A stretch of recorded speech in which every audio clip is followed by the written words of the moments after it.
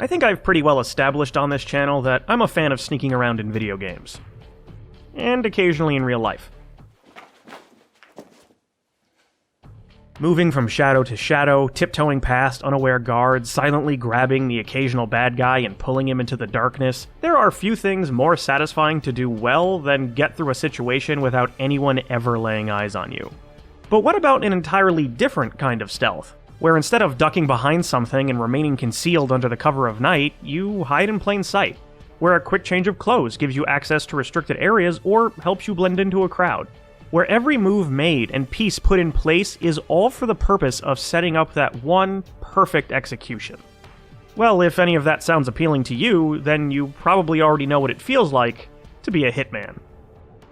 Much like Splinter Cell, I've been a big fan of the Hitman series since its inception. It's of particular note nowadays not just because of its unique premise and design, but also because it's one of the few long-running stealth hallmarks that's still actively going strong.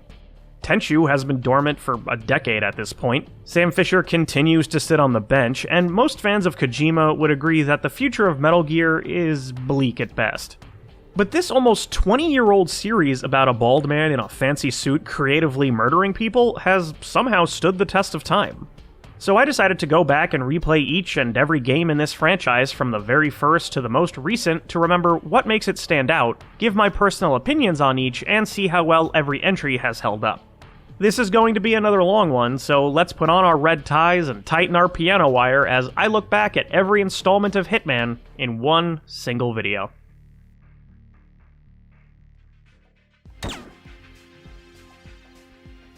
We start off with the PC exclusive Hitman Codename 47 released in 2000, which was also the debut title for development studio IO Interactive.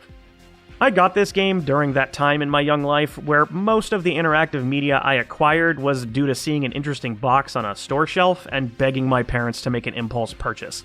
In the case of Hitman, this sighting took place at my local Comp USA. Rest in peace, #neverforget. And after some pleading and puppy dog eyes to my perpetually irresponsible parents, I had my brand new murder simulator in hand. It's worth pointing out at this juncture that throughout my childhood, I lacked a proper gaming PC. In fact, I didn't have a dedicated gaming rig until sometime in my 20s. While the family computer could play things like Doom alright, anything more intensive, as in anything with 3D models, brought that poor machine to its knees. So while the footage of Codename 47 you're seeing right now is running well in HD with a high frame rate, when I originally played it,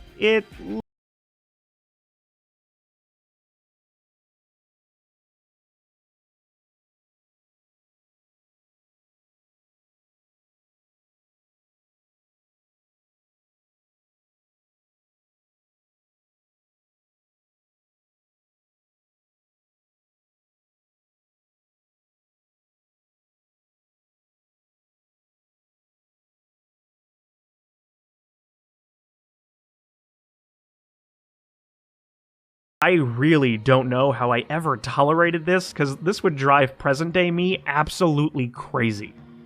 But despite these huge hurdles, I not only played through Codename 47 to its conclusion, but I did so many, many times, and I think that speaks volumes about how interesting, how different a game like Hitman was. It was a game that required more patience, more observation, where the best moments of the experience were the ones where you only took a single shot, or maybe none at all. You play as the now iconic Agent 47, a genetically enhanced bald man with a barcode tattoo on the back of his head who wakes up in the basement of an asylum greeted by the voice of a mysterious overseer. Once he makes his way through an extended tutorial where the voice in question guides and praises him through, 47 dispatches an orderly and escapes from the mysterious prison while a shadowy figure observes. 1 year later, and 47 is working for the International Contract Agency, or ICA for short, taking on contract hits relayed to him via email from his handler, Diana. From here, he's sent all over the world to deal with seemingly unrelated targets, but as things progress, it becomes clear they may be more connected than they once seemed. I've heard people over the years describe the Hitman series as puzzle games as much as they are stealth or action, and that's a sentiment I can actually get behind. First, you're given a briefing, which includes some background, a description of your target or targets, and a map of the area. Then you're given the option to choose what equipment you'd like to take with you, and you're dropped into a level left to figure out things for yourself. while future installments tend to allow for multiple approaches and are pretty good at guiding players who might be lost. In contrast, Codename 47 feels much more restrictive. Generally speaking, there's only one way to properly go about things, and attempts at improvisation tend to be punished with blaring alarms and a hail of gunfire, and while you have the option to go guns blazing if you really want to, 47 isn't particularly resilient, and guards are incredibly trigger-happy, so this option isn't really viable. Hitman, by its very design, revolves around trial and error. With each new assignment, you have to figure out where everything and everyone is, what the moving parts are, where you're allowed to go or not, and how limited your window for success is. Some levels, like the very first one, are pretty easy to figure out. Target is meeting in a park, surrounded by tall buildings, and the game recommends a sniper rifle on the loadout screen. Couldn't be more obvious. But others don't have a clear direction, and you're left running around in circles like an idiot trying to figure out what to do.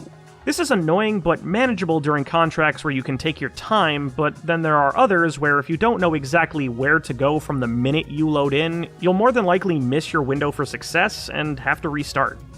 Did I also mention there are no mid-mission saves?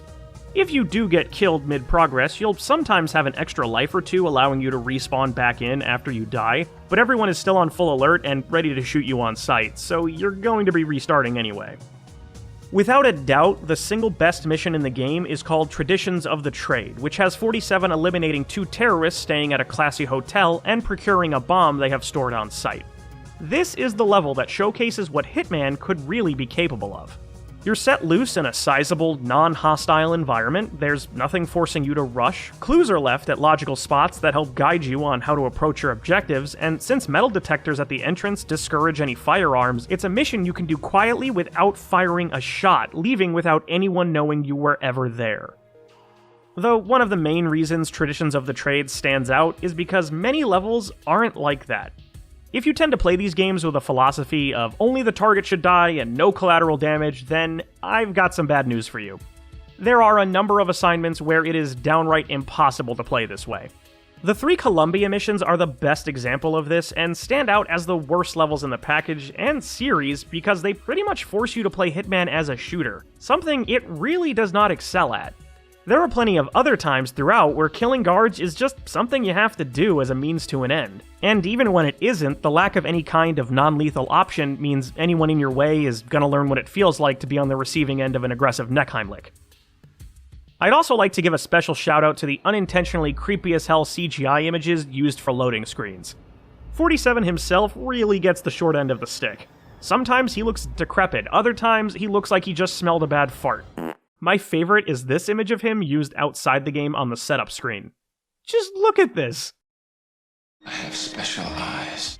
I've probably come across as harsh toward Codename 47, but that's because it's a first draft, and later games have retroactively shined a light on many of its more dated elements. I'll always have a nostalgic reverence for it for introducing me to the world of contract killing. I do truly believe that if you consider yourself a fan of Hitman and haven't played this game, it's worth going back and taking a look at, if only to see the genesis of ideas that would later be fleshed out and appreciate how far the series has come since. With that said, I absolutely would not blame you for either not making it to the end, having a walkthrough by your side the entire time, or enabling God mode for the more annoying sections, because I sure as shit did when capturing this footage.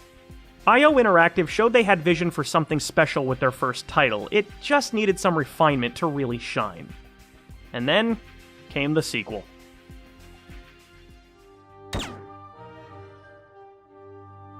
The killing continued in 2002 with the release of Hitman 2: Silent Assassin. Because of how much its predecessors stuck with me, this was a follow-up I eagerly anticipated. I remember there being this promotional website for the game that had screenshots, environment descriptions, and breakdowns of all the new features that I would visit and reread just about every day. That's how much I was looking forward to it. And unlike the first game, Hitman 2 came out for consoles as well, so I'd finally be able to see what it felt like to assassinate people at a stable frame rate. Codename 47 had its dedicated audience, but it didn't really catch on with the wider market. Silent Assassin, on the other hand, got a lot more attention, and it's the entry that brought the Hitman franchise into the mainstream, thanks to its improved design and multi-platform availability. Picking up sometime after the events of the first game, Hitman 2 sees 47 conflicted about his past and questioning whether or not he has a place in the world. He's living a quiet, peaceful life as a gardener in a Sicilian church, but when his friend, a priest named Emilio, is kidnapped and held for ransom, he's forced to contact the ICA and get back to doing what he does best. This seems like an interesting setup for a narrative about self-discovery or something along those lines, but all of this inner conflict and self-doubt is pretty much dropped after the opening outside a mention here and there. No reason to let those pesky emotions get in the way of a professional, after all. Right off the bat, it's clear that this follow-up is much less restrictive, with many more options for the player to consider, and the very first mission does a great job of highlighting this. You can walk in the front door as a postman, but this leaves you unarmed. You could go in the back as a delivery boy, stashing a weapon in one of the grocery crates, but then your access is limited. You could take out a guard and try to blend in with everyone else on the property. Or if you do some exploring, you might find the sniper rifle in the garage and try to take out your target from a distance. This freedom makes levels far more replayable and makes you feel clever when things work out no matter what path you decide to take.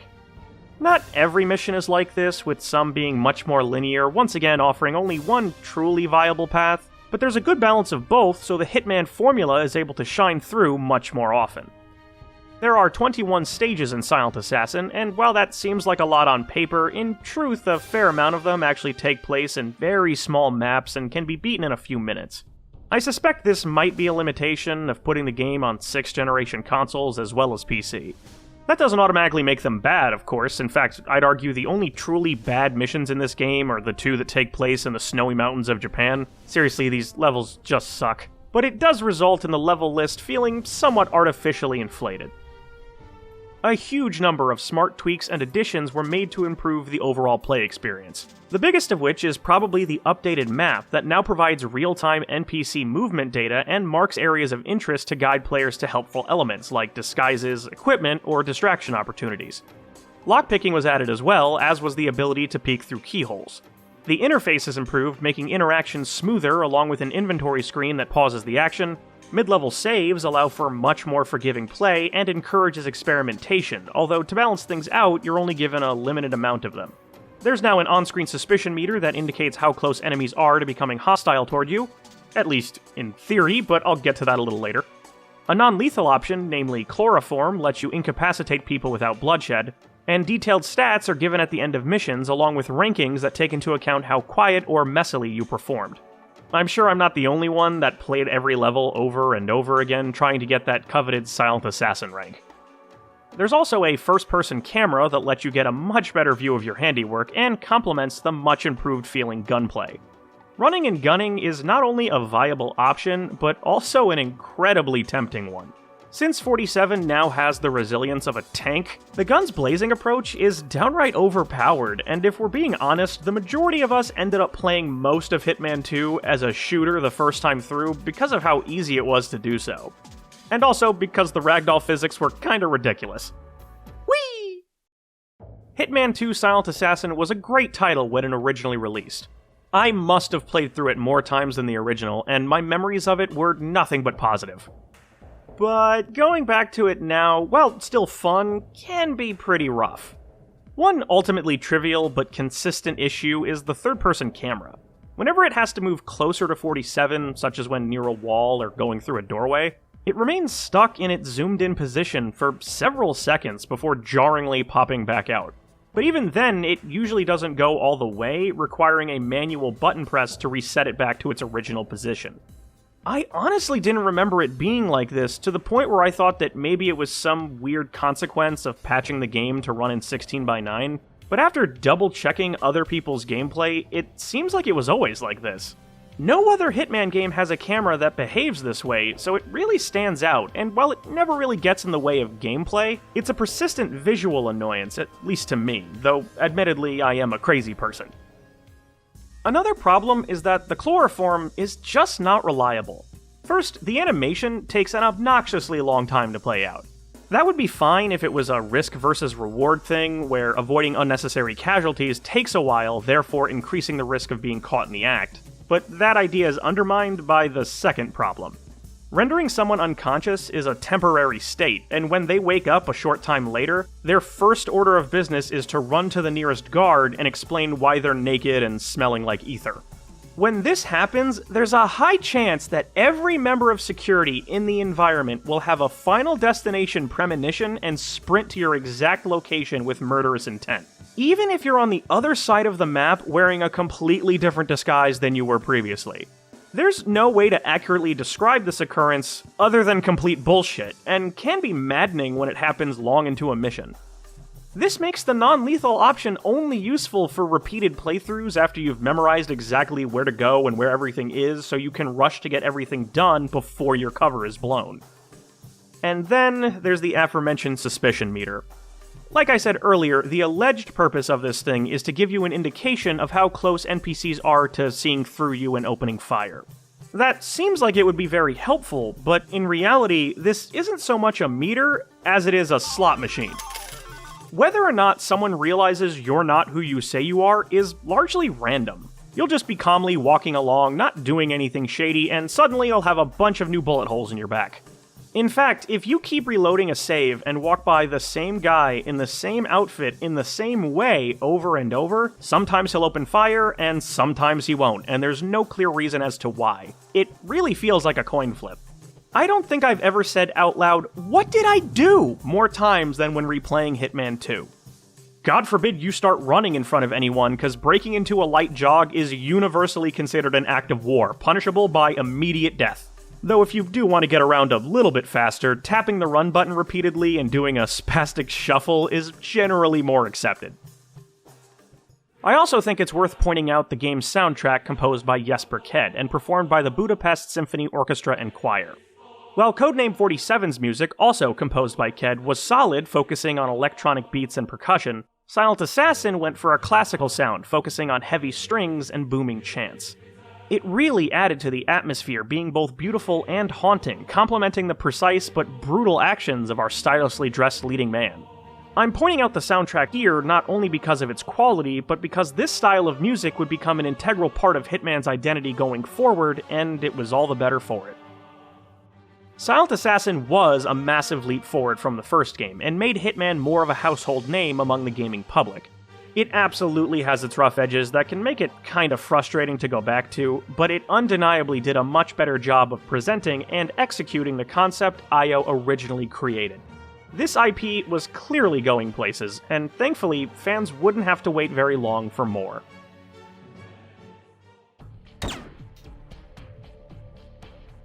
Next up on our list is Hitman Contracts, which came out in 2004. This entry is a bit of a forgotten gem among the series, in my opinion. I've never seen any longtime player express disdain or hatred toward it or anything, but Contracts does tend to get dismissed, written off as more of a full-priced expansion rather than a full-blown sequel, a release meant to hold fans over until the next true entry. I can somewhat understand the reasoning behind this take, because in many ways this game just offers more of what its predecessor did, but it's a sentiment I wholeheartedly disagree with. In fact, Hitman Contracts is my personal favorite game in the franchise. Contract shows 47 seriously wounded after a botched job, staggering into a dingy apartment in the middle of the night. As he copes with this setback, he continuously has flashbacks to previous hits he's pulled off throughout his career, which you then play through. If you wanted a story that advances some larger, overarching plot, I can see why this might be disappointing, since 47 is left reminiscing in a single room, and the various assignments you play don't really connect to one another. I, on the other hand, really like this change of pace, seeing our protagonist in a desperate situation where for once he's not in control, and the transitions between his present-day predicament and his hallucinations about past hits are incredibly well done. What you're seeing now may seem similar to Silent Assassin, just with a visual upgrade, and sure, in a general sense it is, but pretty much everything about the previous game, in both big and small ways, is improved, making Contracts feel a whole hell of a lot better to play. The best way I can describe Contracts is this: it plays how you think Hitman 2 does in your nostalgic memories. The biggest improvement is to the suspicion system and AI behavior, as things are far less strict than they were previously. Running is no longer an automatic death sentence, and instances of enemies deciding to murder you because you looked at them funny are severely toned down. They aren't gone entirely, but now they're an occasional annoying quirk as opposed to a regular frustration. The camera no longer acts like Augustus Gloop from Charlie and the Chocolate Factory, and the clunky list inventory is now a much sleeker and more efficient circular menu. Finally, chloroform has been replaced by a faster-acting sedative syringe, although unconscious people do still wake up after a period of time, so that bullshit where alerted guards miraculously know and barge into your exact location can still occur. There are 12 levels in Contracts, most of which are larger than anything seen in its predecessor, and this brings us to another point of criticism I've seen over the years. While half of the stages are original, never-before-seen assignments, the other half are actually remakes of levels from Codename 47. To some, this was seen as a lazy recycling of ideas, adding credence to the notion that Contracts was a stopgap entry, but this is a really glass-half-empty way of looking at things for two reasons. First off, it's not like assets were just copy-pasted from the original. Each environment was completely remade from the ground up with new layouts and some new events. Sure, if you've played the first game like I have, you'll have a general sense of where to go and what to do, but elements are added or tweaked so veterans can't just sleepwalk through them. Secondly, these remade levels are smart additions because in reality, most people never played the first game. Remember, it was a PC exclusive, and given its archaic design, most people probably wouldn't want to go back to it. So this was a great way to give new fans a taste of what we had before and give long-time fans improved versions of places they already knew. It was a win-win all around, and both the new and old levels are memorable and fun to play. And thankfully they decided to leave out the Columbia missions cause man, there was no salvaging them. What I think really stands out about Contracts is its noticeably darker tone compared to what came before. I'm not saying Hitman was all sunshine and rainbows up to now, but missions tended to be set in places that were bright and colorful, and while messed up things would be referenced, they were always background details and little else. Contracts feels much grittier with a gloomy atmosphere, and this shift in mood makes the game all the more refreshing. Colors tend to be muted, and twisted, violent, or depraved imagery is more readily shown. Hell, the opening setup of 47 injured in a dirty apartment sets the tone for the rest of the game, and also leads to a really cool detail. Since 47 is bleeding out in the middle of a rainy night, you may notice that all of his past assignments also take place during rainy nights because that present-day element is seeping into his memories. If in the past you've written off Hitman Contracts for any of the reasons I've mentioned, I urge you to go back and give it another go.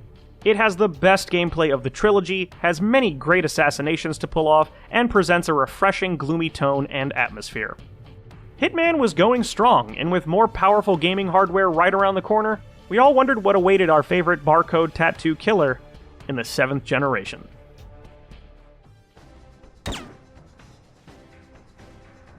Continuing the bi-yearly release schedule, 2006 saw the release of Hitman Blood Money. Blood Money is rightfully credited with bringing many new people into the franchise, in part due to it being a cross-generation title, coming out on the massively popular Xbox 360 as well as PC, original Xbox, and PS2. I can distinctly remember Hitman being talked about more than ever before when it originally released. It was the first time many gamers got to experience the sandbox murder puzzles the series had become known for, and is often looked upon fondly by the Hitman community as a result. As for me, while I think Blood Money is a solid continuation of the series that was fun to play both then and now, and makes an admirable attempt to implement new ideas to the established formula, it also doesn't stick with me as much as other entries. It's a good game with plenty to like. I'm not saying it's bad by any standard, but in my opinion, Blood Money is when the series started to feel a tad long in the tooth, and some of its new additions feel gimmicky, failing to add much to the experience. The plot is once again told in flashback, as the death-dealing exploits of Mr. 47 are relayed to a reporter by Alexander Kane, a scarred, wheelchair-bound figure with the goal of exposing the legendary assassin's existence to the world. This framework effectively sets up each hit, or series of hits, and it's pretty interesting to see how Kane twists the details of each event to suit his own narrative. It does a good job of giving the story a sense of cohesion, and is the strongest framing device the series had had up to this point. While the general structure of Hitman remains intact, Blood Money feels distinctly different to play than what came before because the developers threw a whole bunch of new features into this entry, but as I alluded to earlier, not all of them are great. Let's start with some of the main gameplay tweaks. 47 is now able to climb some obstacles, making getting around a bit easier. He can also take unsuspecting foes as a human shield, can disarm opponents turning their weapon against them, and do a couple hand-to-hand combat moves. These actions all look kinda janky, but I compare them to walking in the criminally forgotten Skate franchise. It might look weird, but it does the job. There's also a new picture-in-picture camera feature that will highlight notable moments in real time, such as specific parts of a target's routine or the climax of a successful kill. Knocking somebody out is finally a permanent state, thank Christ, and 47 can hide bodies either by stuffing them into containers or tossing them over a convenient ledge. The ability to throw objects as a distraction is introduced, which is great for luring an NPC either toward or away from you. It's also possible to kill someone by throwing sharp objects at their face, but doing this is slow because you have to manually aim it, and it's bound to attract attention, so I don't recommend it. The AI is far less likely to instantly see through disguises unless they actually notice you doing something odd. And now, when you're caught in a restricted area, guards will warn you to leave first instead of immediately going hostile. And for the first time in the series, there's an upgrade system, letting you use cash earned after each level to purchase weapon attachments, damage resistance, faster lockpicking, and even a briefcase that conceals its contents from metal detectors. These are significant alterations, and the added variables undeniably add more to the experience, but the same can't be said for some of the other major additions. Leading up to the release of Blood Money, I remember 3 things being heavily pushed as selling points: accidents, notoriety, and the newspaper. Being able to make your assassinations look like unfortunate acts of God is such a cool idea, and the concept of sloppy performance resulting in 47 becoming a recognizable fugitive is interesting. But in reality, these ideas either don't live up to their potential or are incredibly shallow. As far as accidents go, there are really only a few ways to pull them off, and as a result, they quickly start to feel repetitive and not all that special. Generally, you either awkwardly push someone over a ledge or drop something on their head like a Looney Tunes character. There are some fun unique ones, like blowing up a guy by rigging his stove, shooting out the glass bottom of a jacuzzi, or switching a prop gun for a real one during a play rehearsal, but for the most part, it's shove or flatten. This really stuck out to me now while replaying Blood Money, but I actually don't think it's exactly fair to count this as a major knock against it, as it was the first implementation of the idea. It left plenty of room for expansion, and ultimately, I appreciate the effort made to include it. Notoriety, on the other hand, doesn't add anything. Again, neat concept. Go on a murder spree while leaving tons of witnesses and security camera footage behind, and people are more likely to recognize 47 in following missions. But in execution, this system is pointless since you can easily throw money at your notoriety to reduce it after each level, effectively negating the penalty. Even if you kill tons of innocent people, your cash reward is still more than enough to cover the cost of eliminating whatever heat you may have attracted. Now, this does mean you won't be able to afford the various upgrades as quickly, which are certainly helpful to have, but it's not like they're needed to make progress, so that setback alone isn't much of a deterrent. Plus, this whole thing is only applied to your initial campaign playthrough. When you go replay individual missions after the fact, this entire mechanic is totally ignored. Tying into this underwhelming system are the newspapers. After each hit, you're shown an article that details the events of your previous shenanigans. The first time you see one of these, it's kind of interesting, and even adds a bit of immersion as you get an idea of how your actions are being perceived. But it immediately becomes apparent that these things follow the same cookie-cutter template every time, and are pretty much more long-winded ways to provide mission stats. A function that's redundant since the newspapers appear after a traditional stat screen anyway. Blood Money was, and still is, a quality Hitman title. It absolutely deserves props for introducing so many new people to the series, and while it never quite resonated with me the same way it did for some of them, it's an entry I respect, despite some of its big ideas not amounting to much. There were now more eyes on this franchise than ever before, and most of them would have likely been content with more of the same in the next installment. But instead, IO decided to take the IP in a very different direction, and as a result, we wouldn't see the return of Agent 47 for 6 long years.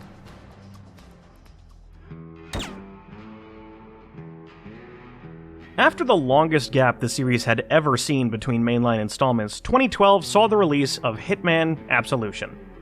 It's pretty much a given that any franchise that goes on for long enough, regardless of medium, will eventually produce a black sheep or two, and in the case of Hitman, Absolution is that black sheep, being the most contentious entry in the series' almost 2-decade-long run. It changed nearly every aspect of Hitman's long-established identity and design, and after such a long wait post-Blood Money, it wasn't what fans wanted, and nowadays many write it off as a bad game, which I think is unfair.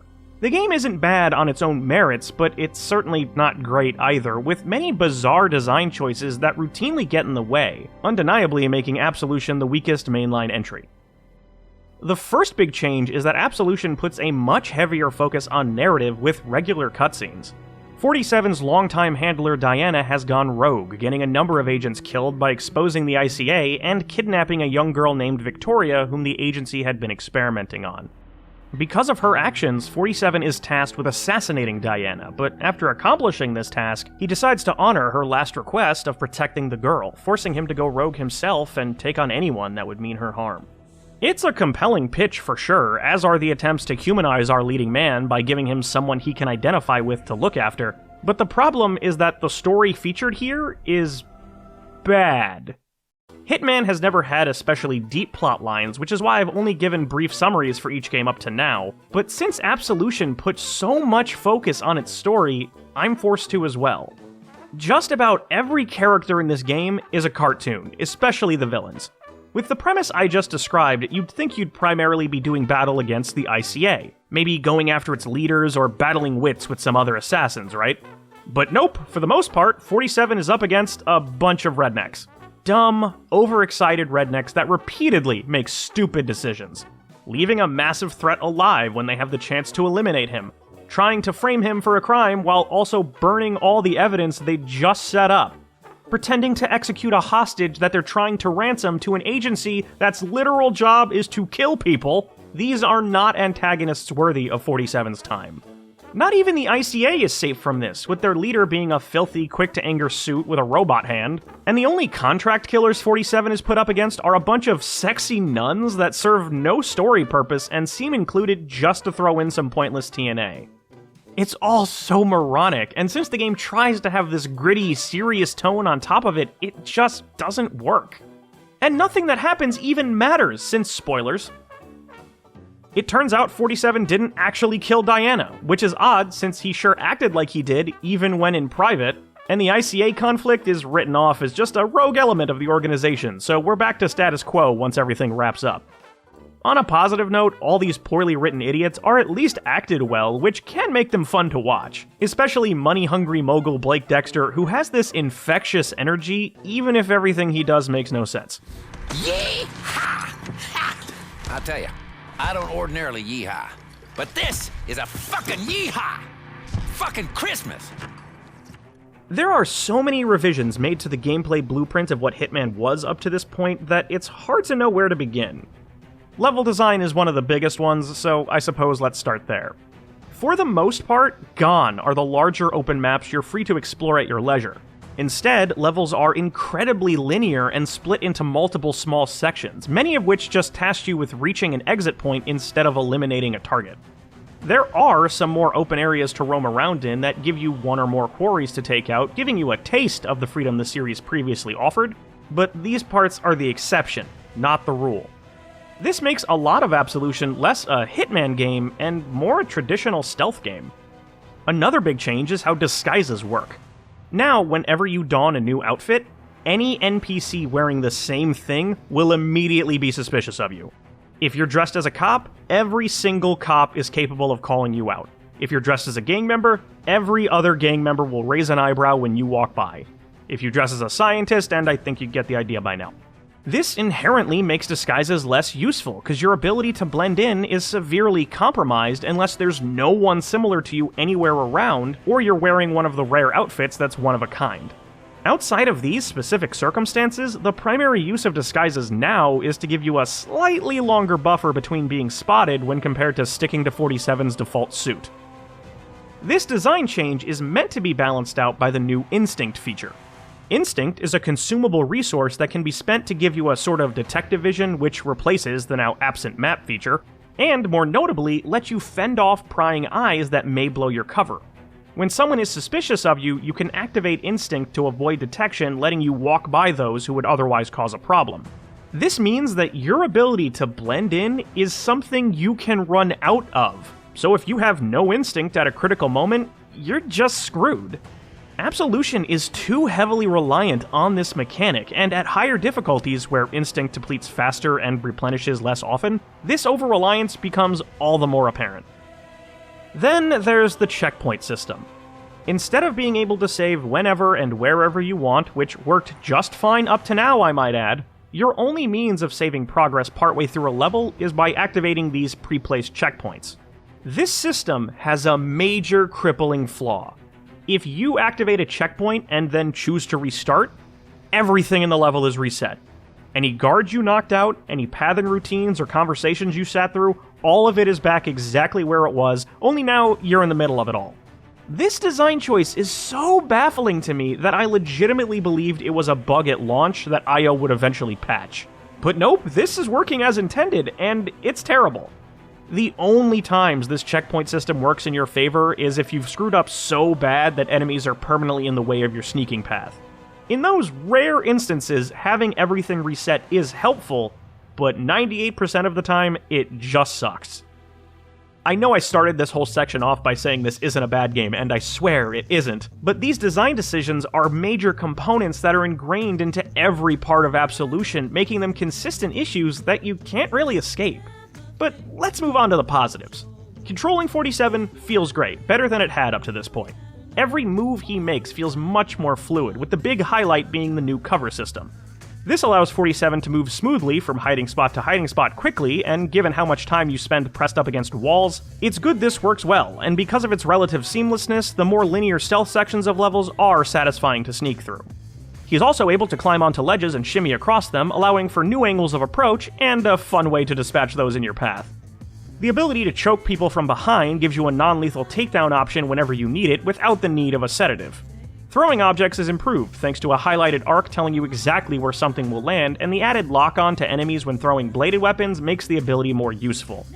Gunplay is improved across the board and feels much snappier, complementing the new cover system. Taking a page right out of Splinter Cell Conviction's playbook, there's now a mark and execute type feature called point shooting, allowing you to tag multiple hostiles and quickly take them out. But this ability feels kind of out of place, and I think I used it maybe twice after the tutorial. While somewhat few and far between, whenever the game gives you the freedom to tackle objectives in various ways, the joy of creatively causing someone's demise is as fun as it always was. There are some cool kills in here, and the addition of a challenges system encourages multiple level playthroughs to see everything, giving completionists plenty to strive for. While Absolution stumbles in many ways, when it does come together, it can provide some great moments of gratification. I just wish those times were more frequent. Coincidentally, while I was taking forever to get this video done, the YouTube channel NoClip released a number of videos about Hitman, one of which is titled The Fall and Rise of Hitman. In this, the reasons why Absolution turned out the way it did are brought into the spotlight. After Blood Money, IO Interactive saw the success of games like Gears of War and didn't think a more open-ended title like what they had been making up to now would have an audience anymore, so they decided to try something new. Originally, this game was even more linear, not even having targets for the player to kill, relegating any noteworthy assassinations to cutscenes. But after the game was shown off to the public, reception was so negative that midway through development, IO was forced to alter their original vision in an attempt to make Absolution the game fans wanted. This would explain why the game feels so all over the place, and why some of its elements don't really jive in the best of ways.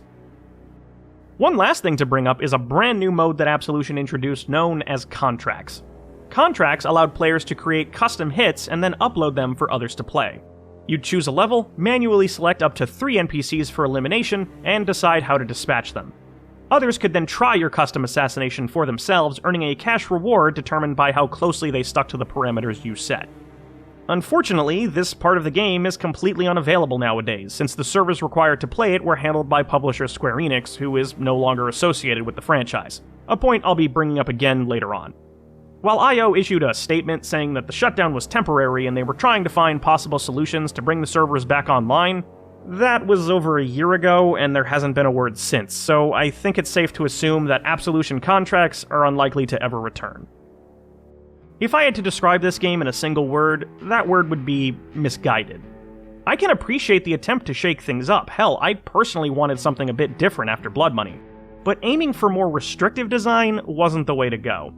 Those occasional levels that feel more like traditional Hitman are the best parts, and perhaps if IO had trusted its own pedigree instead of trying to chase market trends, we could have gotten something great. Instead, we're left with a somewhat confused final product that comes together into a decent game overall, but not a very good Hitman game.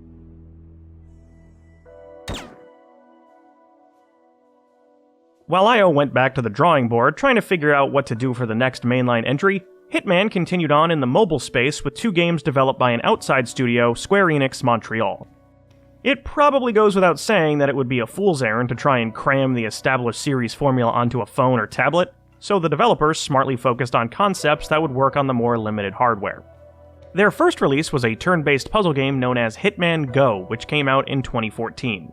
It was later ported to PS4, Vita, and PC as Hitman Go Definitive Edition, and that's what you're seeing on your screen now. Sporting a sterile board game aesthetic that fits right in with the established style of the main series, Go has you moving 47 through 91 stages of increasingly trickier layouts and enemy placements.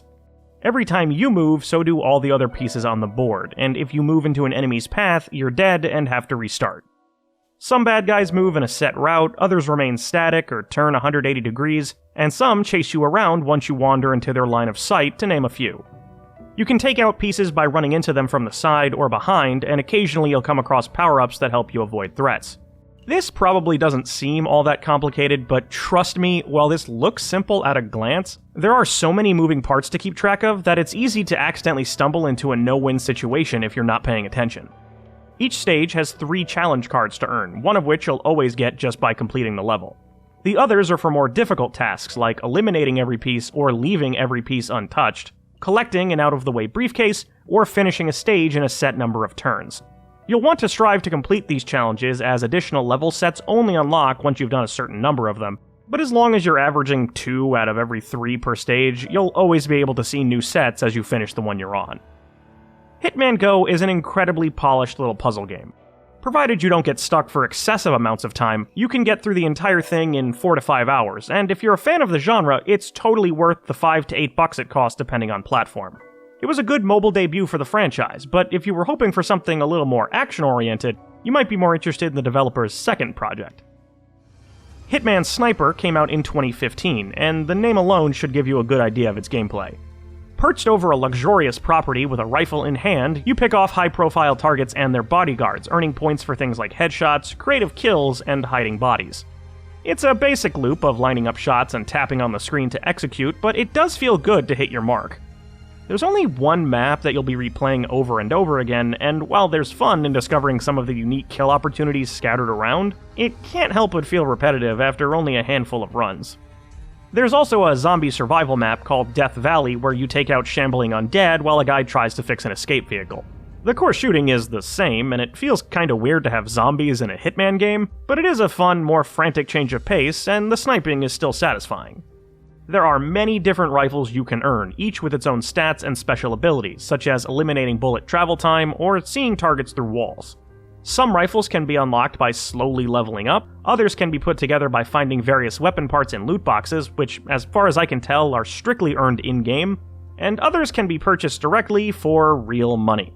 Now, this game only costs $1 up front, so I'm not inherently against it having microtransactions entirely, but some of these transactions are anything but micro. Charging $30 for a single virtual sniper rifle is fucking ridiculous, no matter how flashy it looks. And I should point out, that's the sale price. You can also buy 2 forms of in-game currency, blood money and zombie tokens, which are used to upgrade owned guns and unlock perks for the Death Valley mode respectively. While you can earn them just by playing, you do so at a snail's pace. Every few hours you're given the option to watch an ad for some free cash, but when I tried to do this, it crashed the app so hard it actually deleted itself from my iPad. No, that's not a joke, that actually happened. Since this game has a leaderboard component and encourages you to compete and get the best scores, the whole thing comes off as grossly pay to win, since you're able to throw money at the game to get the most powerful weapons up front, or fast-track your way to upgrading what you already have. It's a shame the game has these money-grubbing tactics because the core sniping is decent fun, even if it quickly gets repetitive. I got bored of its loop after a couple hours, but if you want to lay in bed and kill some time by killing some bad guys, there are worse ways to spend $1, just don't give in to that shitty monetization.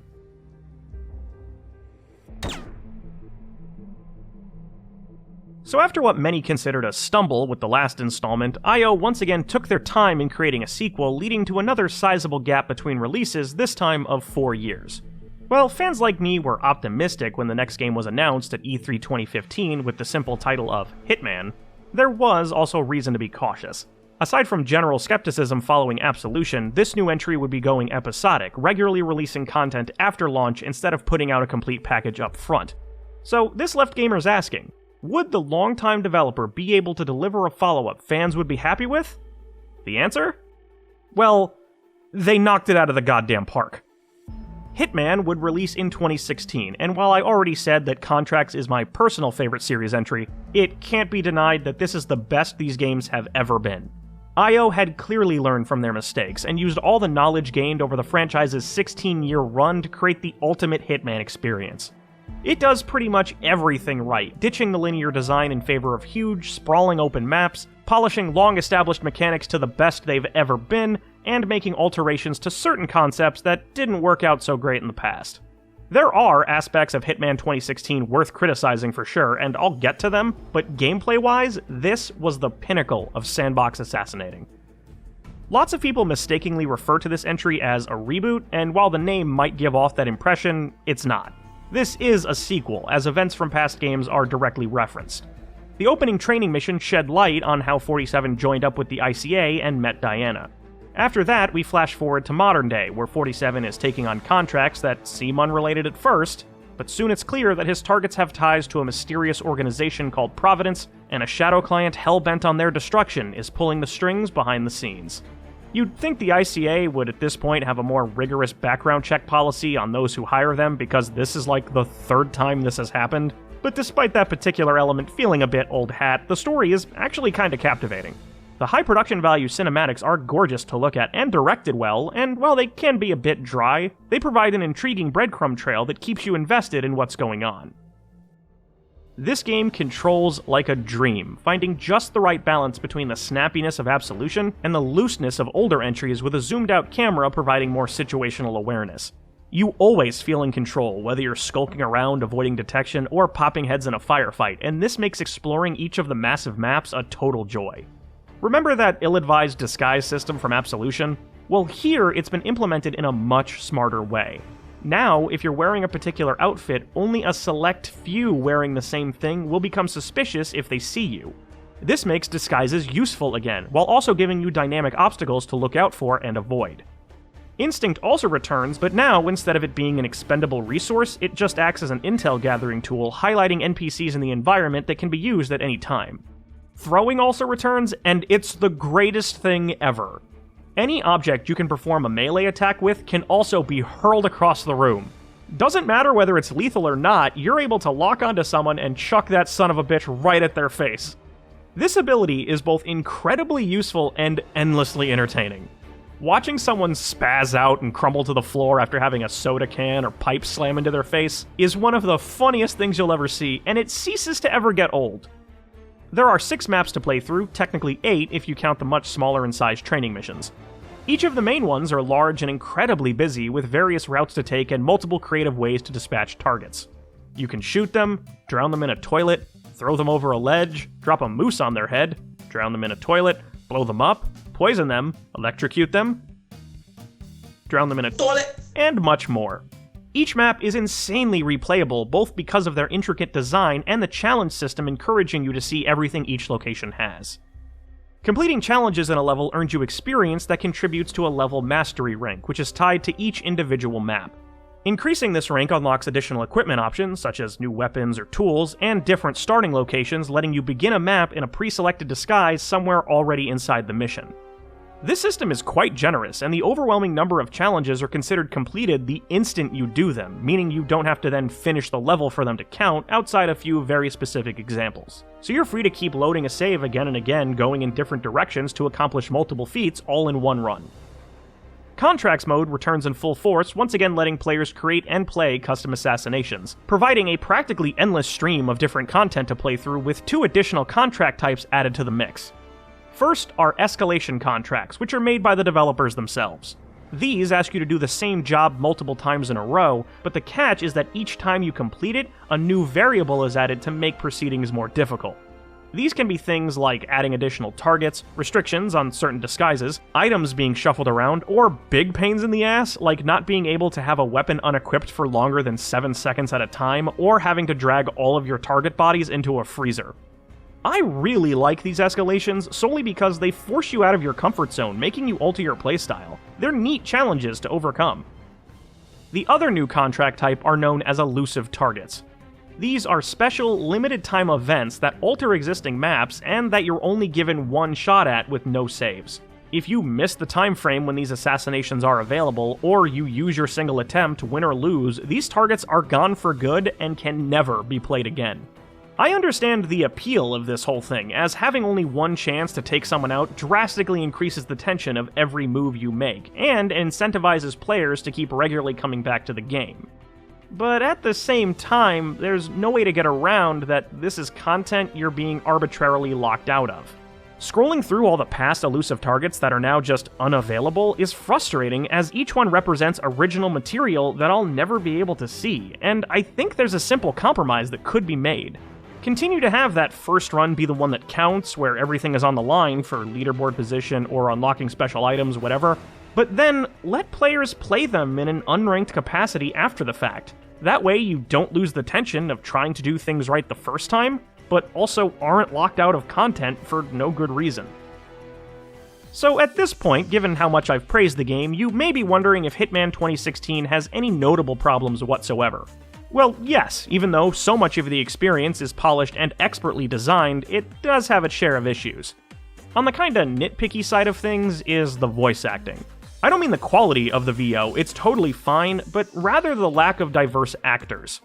Past Hitman games were typically really good at having citizens of different geographical locations speak their appropriate language, or at the very least have some kind of accent. But in Hitman 2016, whether you're in France, Italy, the US, or Japan, you'll hear the same 3 or 4 voices over and over again. It's the one aspect of the game I would call lazy because it takes away from the authenticity and immersion of each place. It's not a deal breaker by any means, but when every third person you come across sounds like Spider-Man...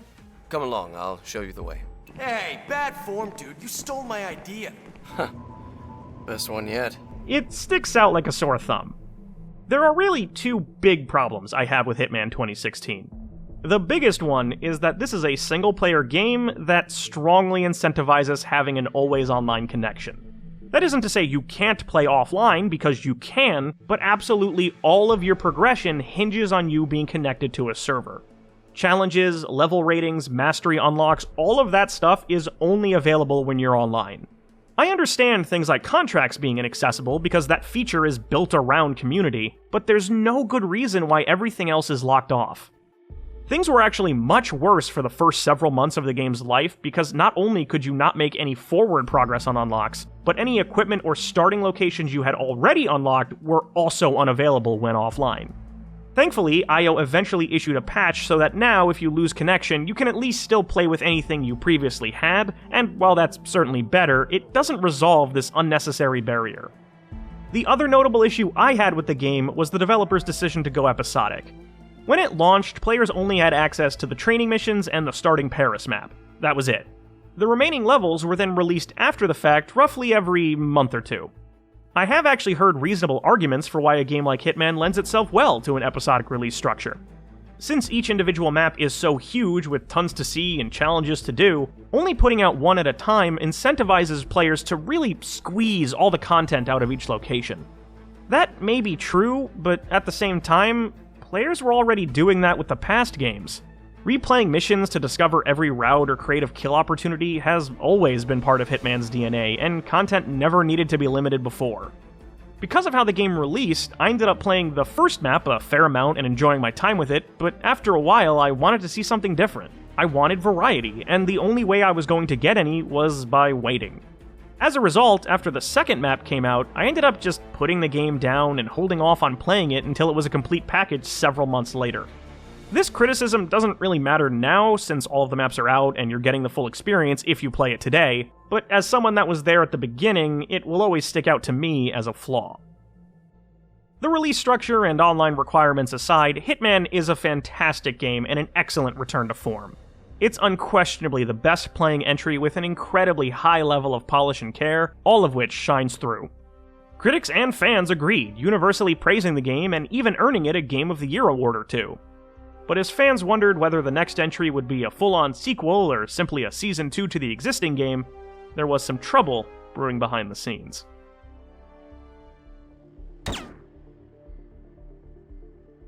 Personally, I expected Hitman 2016 to act as a hub for all future content given its release format, so I was surprised when it was announced that it would be getting a standalone sequel. Hitman 2 came out in 2018 and provides a very similar experience to what came before. It features the same great gameplay across 6 new maps, with only a few standout new additions. It's certainly an iterative follow-up that largely takes a if it ain't broke don't fix it approach, which might make it seem like a churned out follow-up to some. But given what was going on over at IO during its development, it's kind of a miracle it came out at all. This information once again comes from that NoClip documentary I mentioned earlier that I again recommend you go watch yourself. Despite the incredibly positive reception to the last game, Hitman 2016 failed when it came to sales in large part due to its episodic structure. Consumers were uncertain when they saw wording like Season 1, figuring they weren't getting a complete game and as a result hesitated to make the purchase. To correct this marketing mishap, the decision was made to start fresh with a sequel that would launch with all its content, something that was now easier to do since IO already had their engine and design philosophy figured out and therefore could get levels done faster. Unfortunately, only a quarter of the way into development, Square Enix, the publisher for Hitman, decided to part ways with IO, forcing the studio to lay off almost half of its workforce. The studio was now understaffed, bleeding money, and on a deadline. Yet despite setbacks, the end result is a product that remains incredibly polished, and with only one real exception, you'd never be able to tell there were any behind-the-scenes issues at all. The story of Hitman 2 continues on from where it left off, with 47 and Diana attempting to track down the infamous Shadow Client, along the way uncovering new things about our career assassin's past. The narrative continues to remain engaging, with good dialogue and interesting revelations, but it's here where you can see the more rushed production rear its head. Where the last game had these absolutely gorgeous cinematics, here scenes are portrayed through still images in a motion comic style. They're done well for what they are, and adequately convey the information they need to, but they're definitely a step down compared to what came before. Like I said earlier, the gameplay of Hitman 2 is identical to the last game, though there are a few small but notable additions. Some maps feature dense foliage that can be hidden in, cameras now project a grid display informing the player of their field of view, and the picture-in-picture display from Blood Money returns, highlighting notable events like a body being discovered. None of these are drastic changes, but they're smart improvements on an already exceptional framework. Different locations now have appropriate voice acting to complement them, and as stated earlier, the game ditched the episodic structure and released as a full, complete package. Unfortunately, the crappy online restrictions are the same as they were, but I guess you can't get everything you want. On top of the new maps and the return of contracts, 2 brand new modes were introduced. The first is Sniper Assassin, which can be played solo or with a buddy in co-op unless you're an introverted loser like me with no friends. This is a much more fleshed out and polished version of what the previously talked about mobile game offered, with you taking out targets from a distance, attempting to hide bodies, and get creative kills. Shooting feels really good, with satisfying feedback, and provides a much faster pick-up-and-play Hitman experience if you want to break from the patience-required main game. It's not something I ever invested tons of time in myself, but it's easy to see the appeal. Then there's Ghost Mode, which is Hitman's first foray into competitive multiplayer. It's a 1v1 match where you and another player are dropped into the same map and race to eliminate targets. For each successful kill, you get a point, but only if the kill goes unnoticed for a period of time. First to 5 wins. While you're running around the same environment, anything you do in your world doesn't affect the other person, with the exception of a few special items. It's an incredibly frantic ordeal, and the added pressure results in a whole lot of risk-taking. It's a cool concept executed well, and I imagine competing against a friend while you taunt each other in a Discord call would be an absolute blast. However, the replayability is hindered by its continued beta state, with the mode only being supported by 1 map at launch, and even after all this time, only 1 additional map has been added, so it's still pretty undercooked. And lastly, I think calling this game Hitman 2 is stupid and dumb, and I hate it because now there are 2 Hitman 2s, so whenever I'm talking about the series and mention Hitman 2, I have to stop and clarify which one I mean. Hitman 2 was already a thing, and those seconds having to explain that I'm referring to new Hitman 2 or Silent Assassin Hitman 2 are seconds I will never get back. Stop naming your game sequels things that were already a thing, goddammit! Does this not bother anybody else? So Hitman 2 is a great time, and while it doesn't reinvent what preceded it, it didn't need to. This is now the ultimate Hitman package, especially since you can import all the Season 1 maps into this game if you either already own them, or through some fairly priced DLC. With this as of now final installment, the franchise has been left in a strong place, and with Hitman 3 supposedly already in development, it seems like our favorite bald, suit-wearing professional killer has a bright future ahead of him. And with that, my excessively long look back at all things Hitman comes to an end. I'll assume that if you've gotten this far, you're also a fan of this franchise, so down in the comments below, let me know what your favorite Hitman game is, or if you want to go a bit deeper, your favorite individual mission in the entire series. This video took a lot of time and effort to put together, so please let me know if you enjoyed it by giving it a rating down below, subscribe to my channel if you're interested in seeing more from me in the future, and if you have another hour to kill, maybe check out my retrospective on the Splinter Cell games. Thanks to each and every one of you for watching, and I sincerely hope you'll continue to stick around. One more for the road.